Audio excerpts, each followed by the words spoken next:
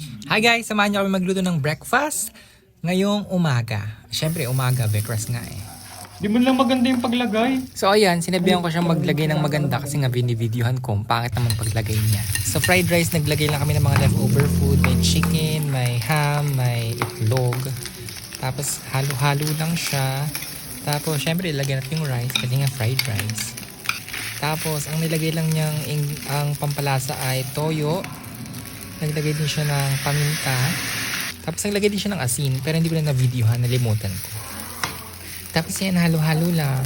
Tapos sa same pan, syempre nilinis yung pan para maluto yung ibang ulam.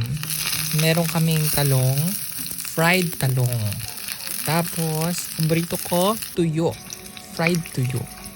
O, di ba? Tapos, yun na. Yun lang ang breakfast namin ngayong umaga. Fried rice, tuyo. Meron din kaming itlog na pula at saka kamatis. Pero hindi ko na na-videohan. Yun lang. Happy breakfast!